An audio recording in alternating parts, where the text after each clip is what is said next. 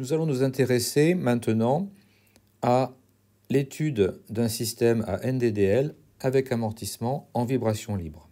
Rappelons tout d'abord ce qui a été vu en l'absence d'amortissement. Le système s'écrivait M Q2 plus K fois Q égale 0. Et on a vu que pour pouvoir découpler ce système, c'est-à-dire rendre chaque équation indépendante, eh bien, il suffisait de multiplier à gauche par M-1 de manière à faire apparaître donc une matrice M-1K.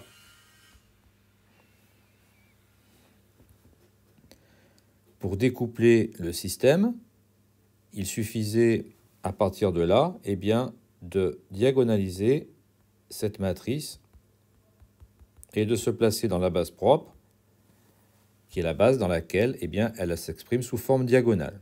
Ainsi, les équations sont découplées.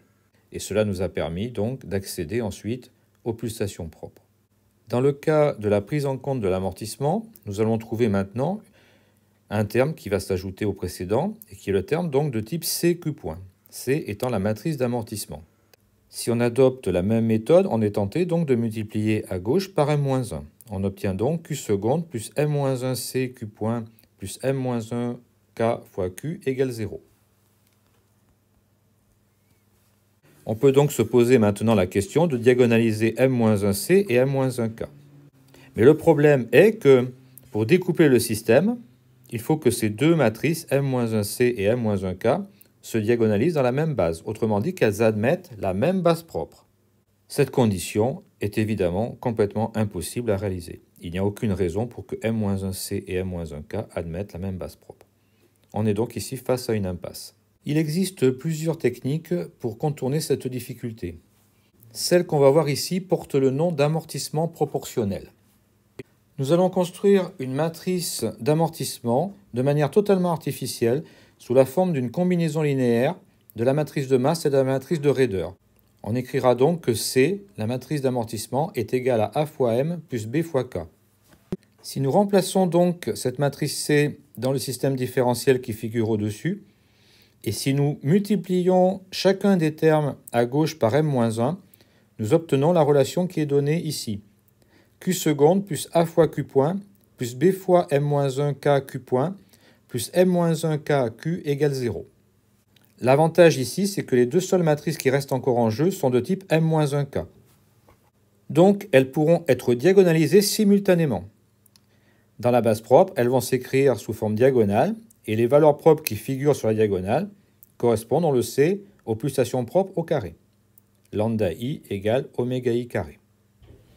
Si nous écrivons la ième ligne de ce système, nous obtenons Q seconde I plus A fois Q point I plus B oméga I carré Q point I plus oméga I carré QI égale 0. Notez que j'ai pris soin de mettre des chapeaux sur les termes en QI pour indiquer que nous ne sommes plus maintenant dans la base initiale, mais nous sommes dans la base propre. Si on réorganise maintenant cette équation, eh bien on obtient donc l'équation qui figure en bas de page. Pour comprendre ce que représente cette relation, nous allons étudier l'analogie avec le système masse-ressort à 1 degré de liberté. mx2 point plus cx point plus kx égale 0. En divisant cette relation par petit m, on s'aperçoit qu'il y a analogie entre les termes A plus B oméga I carré et le terme C sur M, de même qu'il y a analogie entre le terme oméga I carré et K sur M. C sur M égale C sur C critique que multiplie C critique sur M. C'est donc delta que multiplie C critique de racine de Km sur M, au final 2 fois delta racine de K sur M, c'est-à-dire oméga. On peut donc écrire le terme A plus B oméga I carré sous la forme 2 delta I oméga I, où oméga I représente la pulsation du mode numéro I et delta I le taux d'amortissement dans ce même mode numéro I. L'objectif est pour nous de déterminer les deux coefficients A et B de notre décomposition. Nous avons obtenu une première équation qui est encadrée ici. Il nous faut trouver une deuxième relation, puisque nous avons deux inconnus A et B. Nous allons donc écrire cette même relation pour un autre mode, numéro J.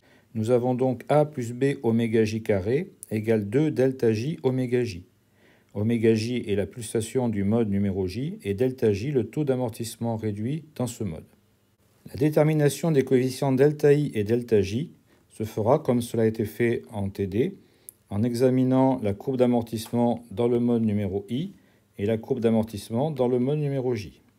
On pourra à partir de ces courbes déterminer delta I et delta J. L'exploitation de ces deux relations permet donc d'obtenir A et B.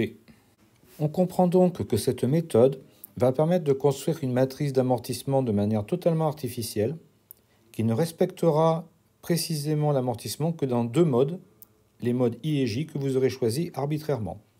Pour tous les autres modes, l'amortissement ne sera pas correctement représenté. Il convient donc de l'appliquer avec prudence et de ne pas se tromper sur les modes caractéristiques qui vont être utilisés pour déterminer C. C'est la fin de ce cours.